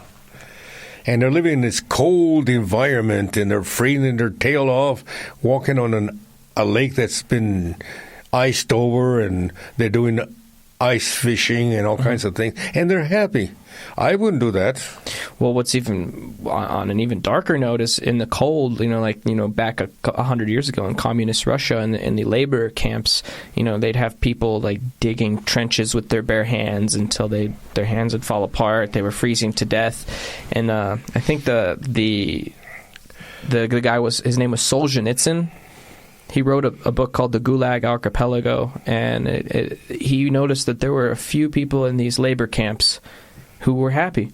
And he said it blew his mind. He said, these are the worst conditions that we can fathom. People are dying from doing pointless labor. They're freezing to death. They're starving to death. They're in these prison camps. Yet somehow there's a few people here who are choosing to retain their happiness. And he just kind of investigated, like, what is that? What are these people's point of view? And it almost comes down to a choice at some point. Well, it brings me to the subject of homeless people. People say that they feel sorry for homeless people. But to me, I'm not saying all of them, but it's a lifestyle.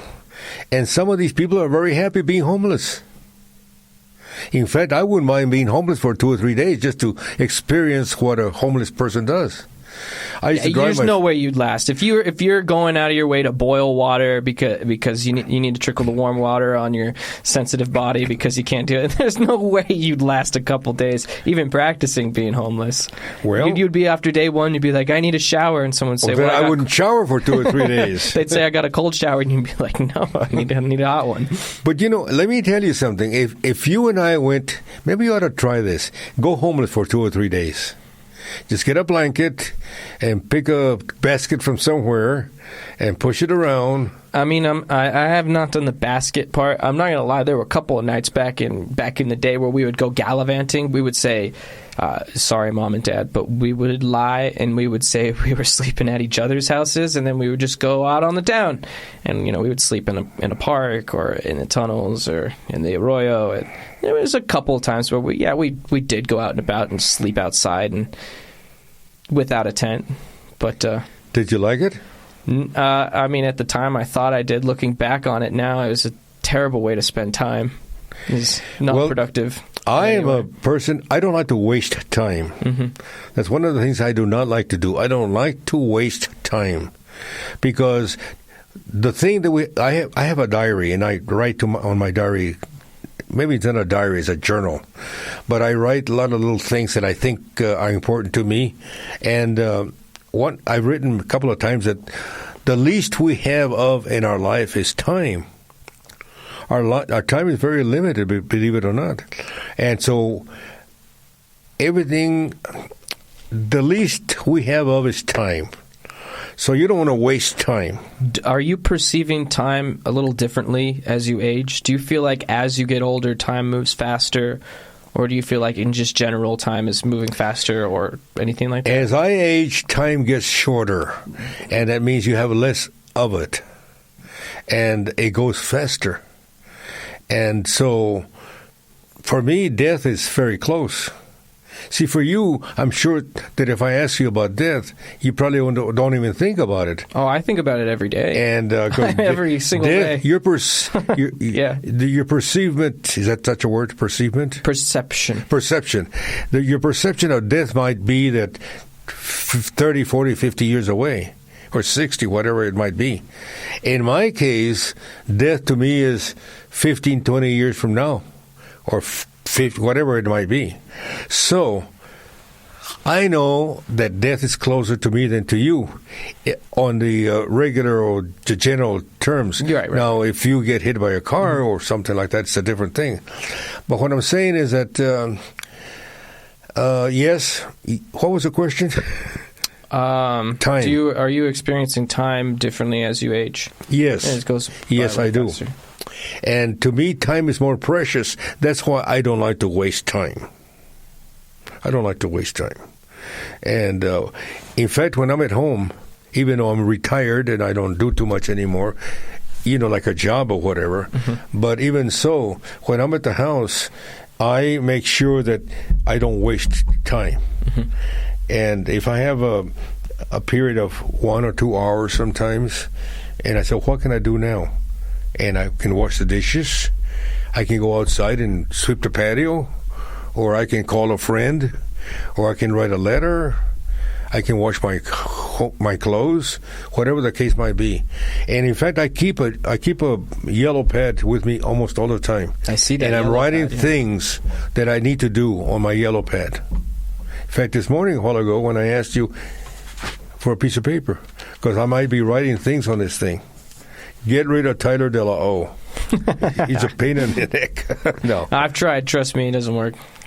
I go to another country, I come right back. Yeah, that's a cool hat. Cameron, may I see those links by any chance again? Let's see if we got anything to keep this rolling. Let's see.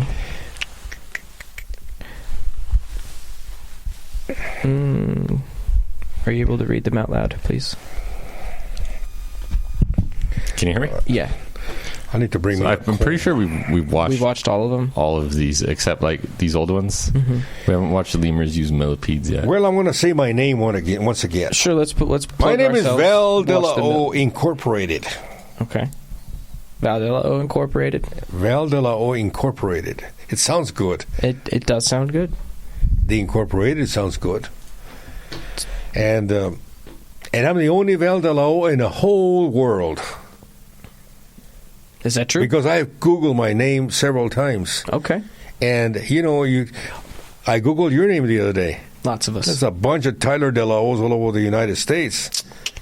Bunch of them. Lots. But you Google Val De La O, there aren't but one. And how does it me. feel to be that special? What? How does it feel to be that special? Very good. Very good. Well, yeah. It's an ego in me, or the conceitment in me, whatever. No, I don't have too big of an ego. Nah. Ego is nothing. Everybody's got one, but it's good to keep it. But we have to have ego. Because if you did not have ego, then you wouldn't take a bath. You wouldn't wash yourself. You wouldn't get a haircut. You wouldn't. Ego is very important also, as long as you don't have a huge ego. Now, there are people who have this monumental ego, and then they become slave to their ego. You don't want to do that either. Maybe narcissism? Exactly. You become a narcissist. through that ego. You don't want to do that.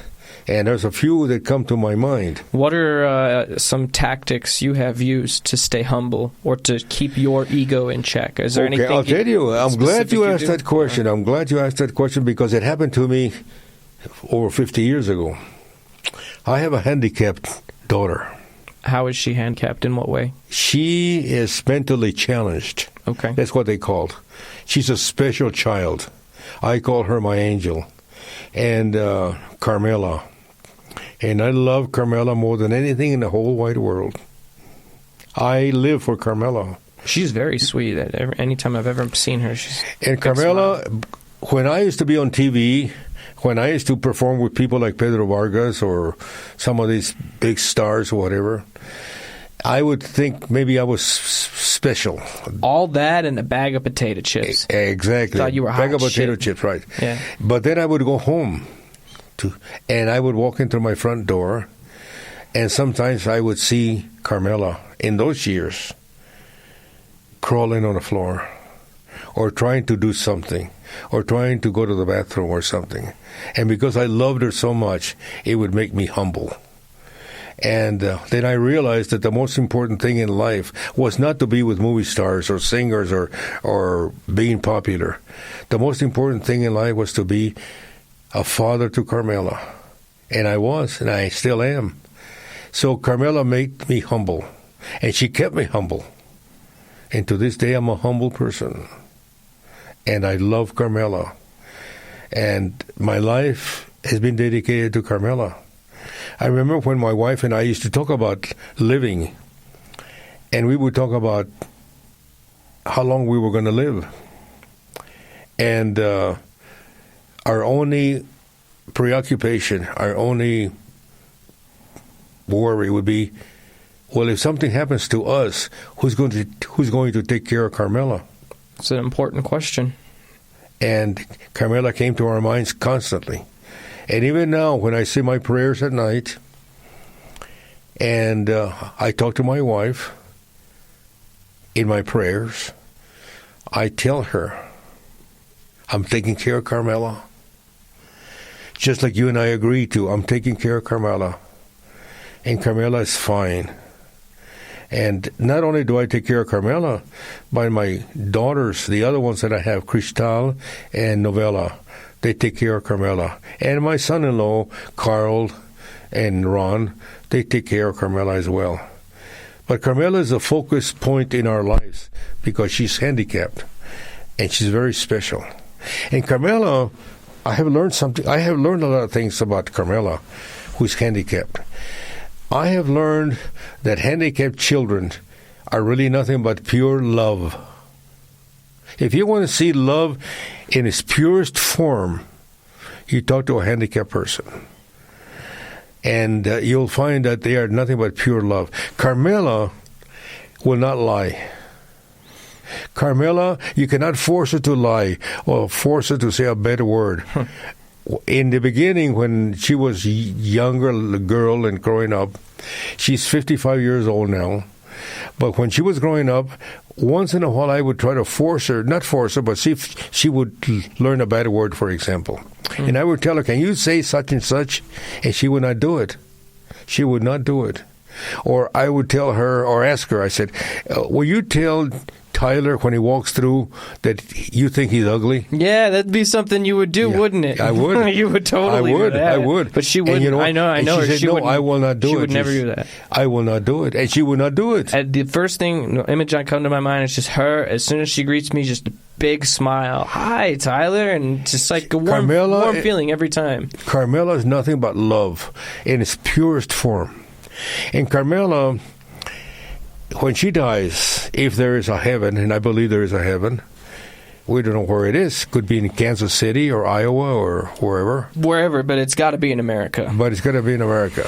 But whenever... now that's funny. Yeah, I mean, it's true. But whenever she dies... and she goes to heaven. She's going to go to heaven very, very quickly because she's got a free pass to heaven. Handicapped children and people as well, they have a ticket right straight to heaven. So if any parents out there, you've got a problem child, you're not sure if they're going to go to heaven or hell, just drop them on their heads, and then they'll get that ticket. They'll go straight there. Oh, you're saying something. I'm not going to drop Carmela to you. No, I'm not serious. Don't hurt your children. That's a bad thing. That's right. Don't. Give them lots of love if they deserve it. Don't if they don't deserve it. They deserve it. They deserve it. Hey, they deserve it. But I have learned that from Carmela. Carmela's pure love. And I'm a Catholic, by the way. And one day I go to Mass, and one day I was talking to my priest, and I was telling him about Carmela. And I'm going to mention his name because I love this guy, and I'm going to say something nice about him. It was Father Gonzalez. And I was telling Father Gonzalez about Carmela. And he asked me, he said, why don't you bring Carmela to Mass one of these days so I can meet her? And I said, okay. So I took her to Mass. And when we went to communion, as we were walking down the aisle of the church to receive communion, there was Carmela with her walker walking towards the altar where Father Gonzalez was going to give us communion.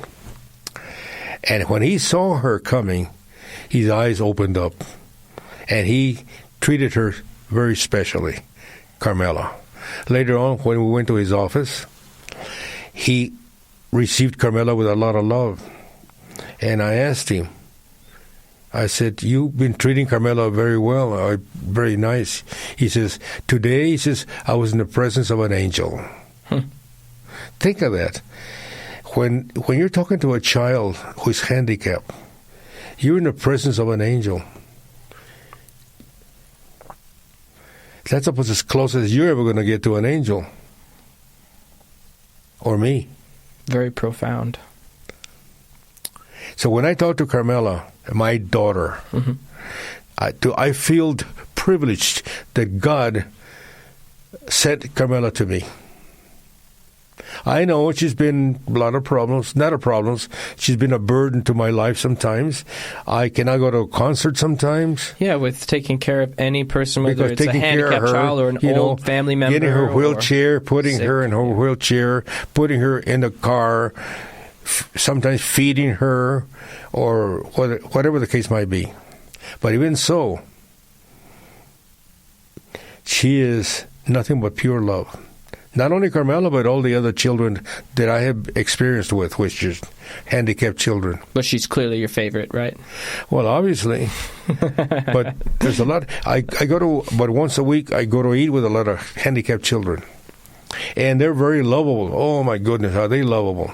They come and they hug me and they kiss me, and I hug them and I kiss them. And they're angels. They're little angels on earth.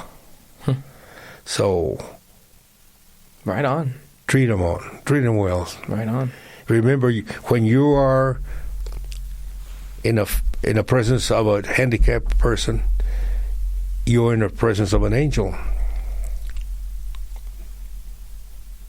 And that's it. Okay. And when they die, they're going to go straight to heaven.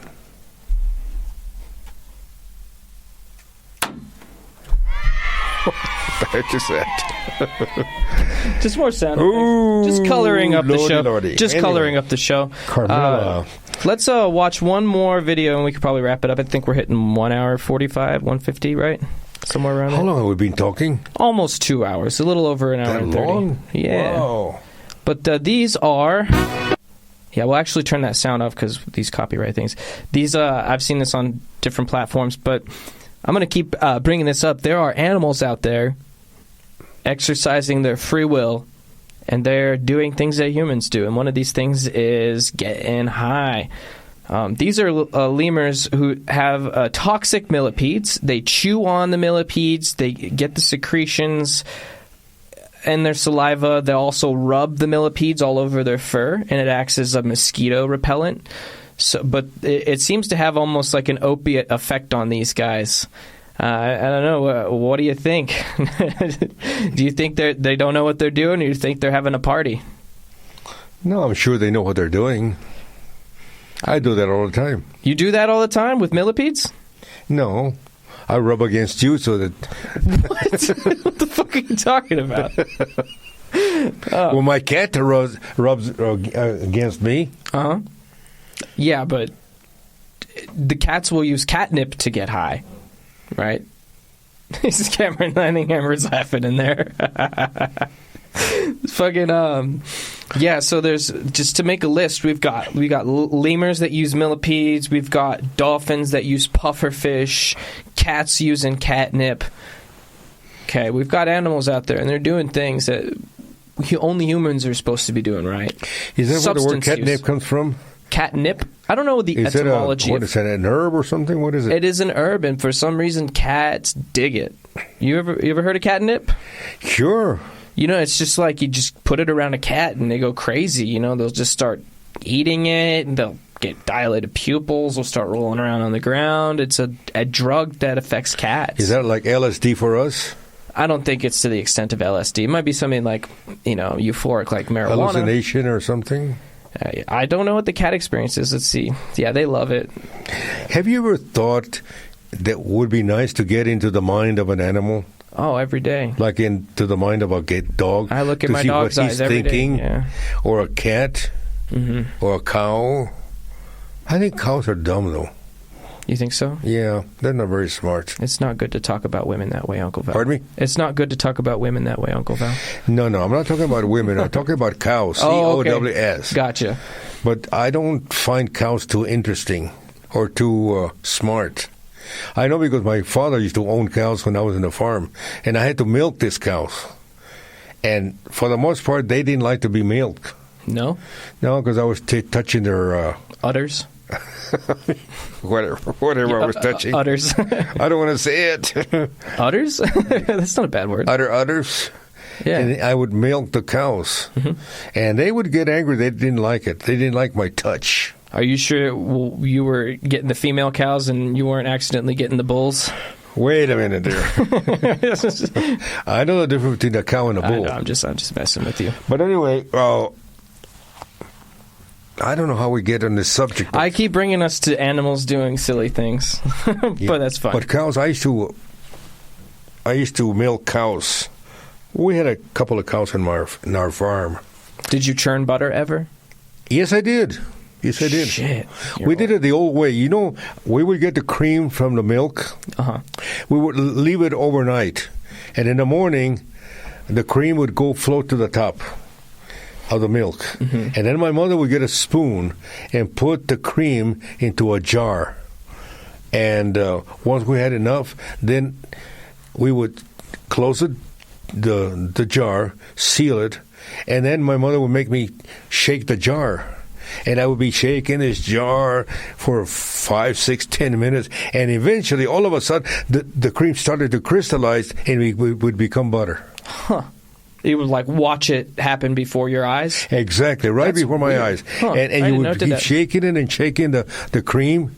And I would get tired, but we would pass it on between my brother and I. We would shake this jar full of cream and just keep shaking it and shaking it and shaking it. And all of a sudden, the butter, the cream. Go ahead and roll it. That's fine. The cream started to crystallize and it became butter. So I'm going to make whole. We'll just mute it. Oh, is he going to do it or what? Yeah, we can skip halfway through. See what's. Yeah, there's a guy making it on his stove. Mr. Wrath. Shout out to Mr. Wrath making cream. That sounded so... I'm going to say it again. Shout out to Mr. Wrath making cream. Shaking it up, just like how you were saying. Yeah, see, I think maybe there was once or twice back in elementary school we made like homemade ice cream.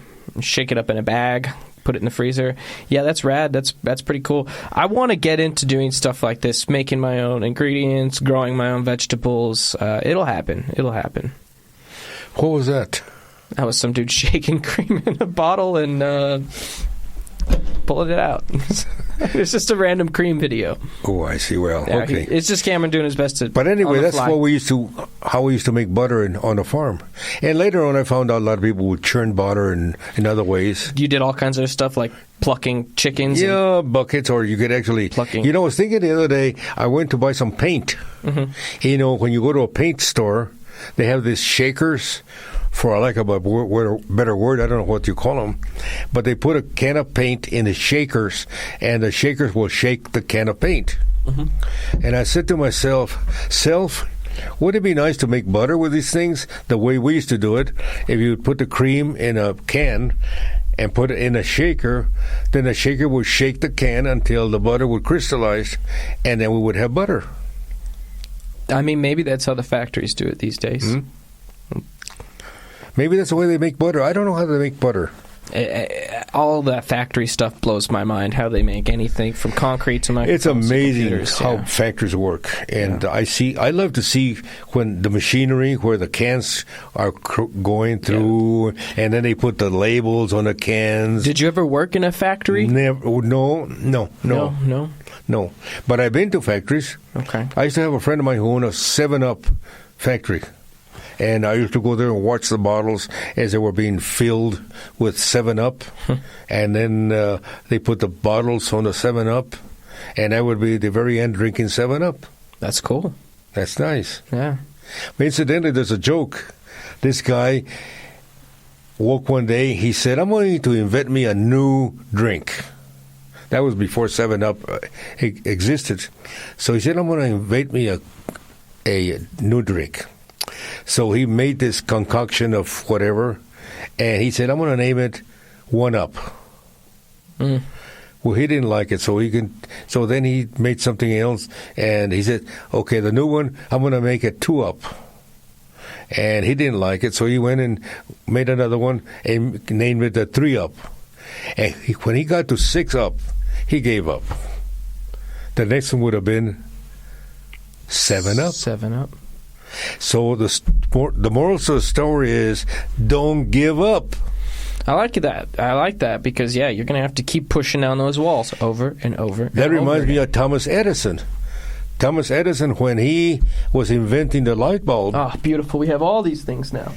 Exactly. When Thomas Edison was inventing the light bulb, he went through literally thousands of filaments for his light bulbs. In fact, I was in Florida one time, and I went to visit Thomas Edison's one of his places that he had in Florida, where he had his winter home or something like that. And he had his factory or his workshop or whatever, and he had lots of generators there, lots of light bulbs or whatever. And he built himself a house there, close to the ocean. But his good buddy, Henry Ford, was a friend of his, and they could not keep apart because they really enjoyed each other's company. So Henry Ford went to visit Thomas Edison in Florida, and he built a house next to Thomas Edison. So they were shared time together, the two inventors. But Thomas Edison didn't give up. He kept trying filaments, I guess that's what they call them. Yeah. And over and over and over again. He tried bamboos, he tried string, he's tried all kinds of things. And he went from one to the other until finally he came up with a proper filament for a light bulb. It's pretty crazy. So the guy that was trying to invent 7-Up, he went to 1-Up, 2-Up, 3-Up, 4-Up, 5-Up, 6-Up, then he stopped. The next one would have been 7-Up. Don't give up. Don't give up. Keep trying. Keep trying. That's what happened to me when I got my TV show. I went to many TV stations, actually 3 of them, because at that time there was only 3 TV stations, and they would run me out of the TV stations. And I didn't give up. I kept going back and back and back, and finally one of them said, okay, we're going to let you have a half-hour TV time. I mean, how many test episodes did we shoot of this before we decided on a keeper for the first one? I think probably 6, 7. And ideally, I wanted to put out about 10 to get comfortable with the process, but yeah, it was a little bit more delayed than I hoped. If you have an idea, keep cracking it down. If you have a dream or an idea, and you're convinced of your idea or your dream, don't give up. Continue. And if you encounter a hurdle or a wall, that is simply the universe asking you, do you really want it that bad? Do you really want it that bad? Then solve this problem.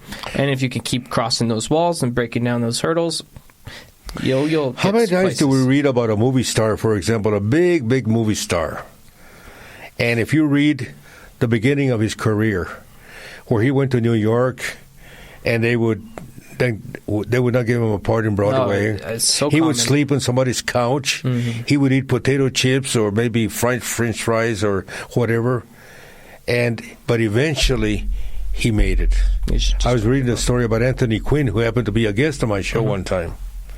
And the things he had to go through to become Anthony Quinn, the star of Zorba the Greek, Shoes of the Fisherman, all those movies that he made.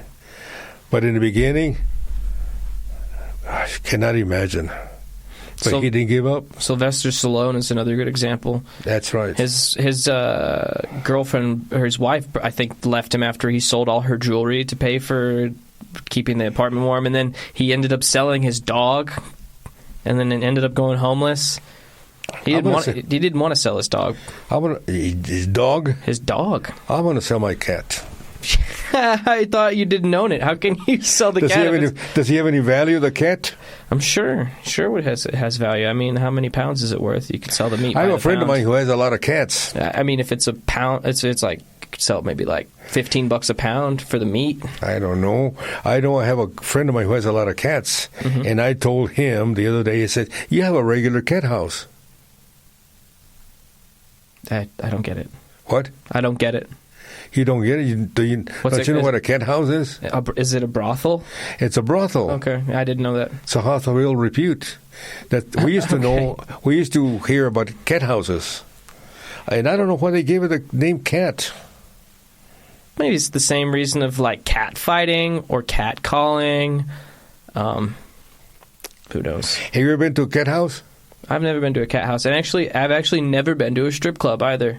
And a lot of dudes my age, because I'm 28, are actually surprised that I've never been to a strip club. I just never got around to it. Never felt the need to. Well, never brothel, never strip club. Never been to a brothel? No need. Well, I have to admit I have been to a brothel. Oh, yeah? Many years ago. Did you pay for services? When I was young and good looking. No, I didn't. Oh, okay. Somebody paid for me. All right. I was 17 years old. What did I know about going to a brothel?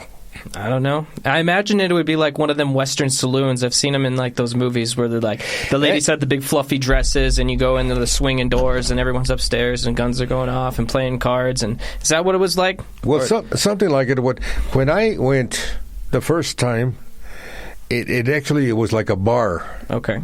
Yeah, the first and only time, because I don't okay. particularly like brothels. Did it have the swinging doors? No. This is even before my time. But we went to a brothel. They didn't. I was not told it was a brothel. It was like a nightclub, so to speak. And you sat down on a table and you ordered a drink. And these 3 or 4 friends of mine, we went to this brothel. It wasn't a brothel, though, but it was like a nightclub. And they have some strip women taking off their clothes. But what really got very boring was that they were taking their clothes off, but little by little, and it got so boring because, for example, they would take the bra off, but one bra was on top of the other bra. So they would take the top bra off, and I thought that I was going to see the real thing, right? Oh, you're getting a teaser. Well, all I saw was another bra underneath the other bra. And then they took the second one off. What kind of clown stripper club is this? And then I saw another bra, and then another bra. And after a while, it got boring. And finally, you would see a pasty on the breast, and that's it. That's it. And they would wiggle around and all kinds of things. I didn't like it. If you're going to show something, go to it and do it. Otherwise, it gets boring. So I didn't find them very interesting. But I never have liked brothels or nightclubs or where people take their clothes off. Maybe that's because maybe like you're an entertainer. I mean, as far as me, when I was playing around for 4 years in a band, there got to a point where I didn't like being in bars. I didn't like being in clubs. But if it was, I don't time like to bars perform, at all. Frankly, not. I'm not against bars, but I never go to a bar. Yeah, Hardly ever. If I go and I sit down. Like the other day, I went to Applebee's and I sat in a bar for about half an hour, and I found it a little boring after a while. But I don't I used to sing. When my brother and I were singing, we used to sing in this particular bar or nightclub, they call them, and they had girls. They had strip women that would put on a floor show, whatever, and we would sing in between the floor shows.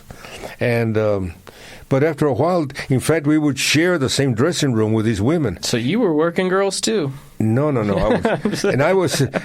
Sometimes we would hear the same places where they would dress or undress or whatever. And sometimes they would come in there after the show. They would leave the stage and come right into the room. And my brother and I would see them. Sometimes they were putting on their clothes on or off or whatever.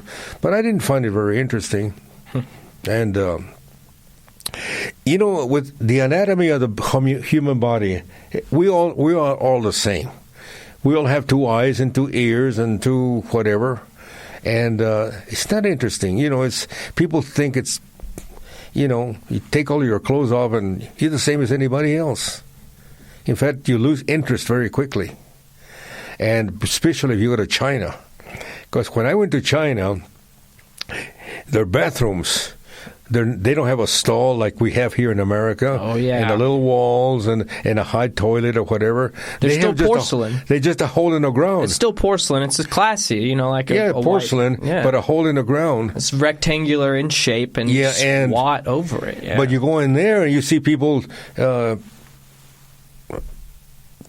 what do you call it when you sit down? Taking a shit? Is that what the term you're looking for? No, I wasn't looking for that. But, when you crouch down or whatever. Squatting.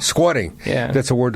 They were squatting down. And I found it kind of strange that I would walk into these places and some guy or 2 or 3 guys would be squatting there smoking. And those were the only styles. Defecating there in that hole in the ground. Yeah. And I found it kind of... Those were the only styles in some parts of the university. And you would look at them, I would kind of glance at them, and I would see all their junk hanging down, and they didn't care. They'll look you in the eye and be like, what's up? Yeah, that's right. They could continue smoking, and they would look at you, and you were the one that would get embarrassed. Because, it's like, well, why are you looking at me? So, yeah. See, the human body is not that interesting, I don't find it interesting, especially being a doctor. I don't find it interesting. Well, just take care of it, everybody. Eat healthy, get your sleep, drink your water. And we are hitting at that 2 hours, so I think we'll go ahead. And remember the key word is moderation. Moderation. Don't do everything in moderation. Love your fellow man. Be good to your family. Be a good father, a good mother to your neighbors, and you will sleep good at night. Be good, and those who do it believe in God. We need to believe in a Creator. Not necessarily. Everybody has their own perception of some people don't. A God, but some people do not, and that's right. That's fine. You can be a good person without believing certain things. Well, what? You can still be a good person. Of course, of course. No. Everybody has the right to believe in anything they want to. I'm not blaming anybody. I'm just saying that be a good person. Treat your fellow men good. And think before you jump to conclusions. Unless you can make a lot of money, then it doesn't matter. It still matters. Just playing. What's wrong with you? Still matters. Right on. Well, be a good person. Thank you, everybody, for joining us today. I'm Tyler De La O. And I'm Val De La O. We appreciate your time. Catch us on any of the social media platforms. We'll be dropping episodes regularly. So thank you very much for listening to us and watching us. Thank you. Regresamos, gentiles amigos, después de la entrevista que le hicimos a don Pedro Vargas en El Paso, Texas, por nuestro corresponsal, el señor Javier Sánchez, del canal 26 de KINT. Y ahora, gentiles amigos, por la magia de videotape, nos vamos a Miami, Florida, hace 6 años pasados, y Pedro Vargas, que nos canta esta bonita canción, El día que me quieras.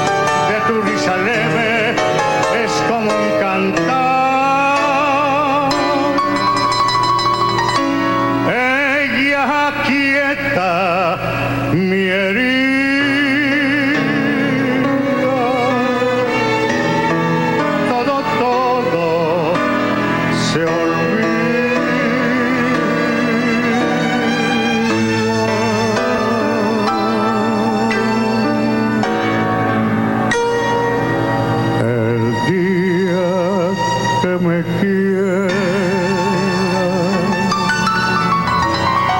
la rosa que engalana se vestirá de fiesta con su mejor color, y al viento las campanas dirán que ella es mía, y locas las fontanas te contarán mi amor.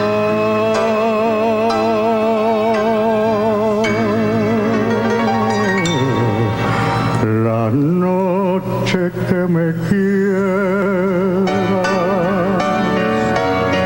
desde el azul del cielo, las estrellas celosas nos mirarán pasar, y un rayo misterioso hará nido en tu pelo, luciérnaga curiosa que verá que eres mi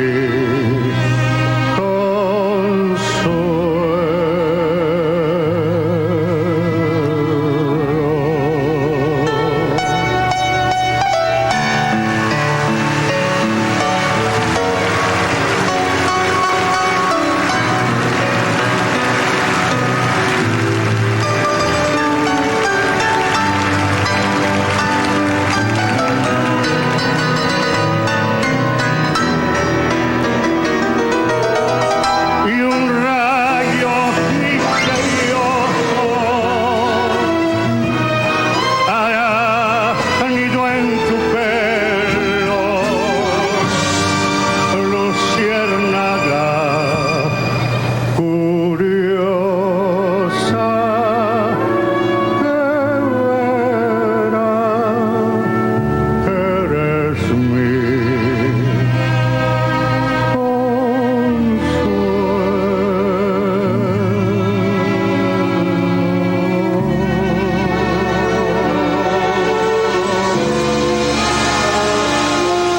el día que me quieras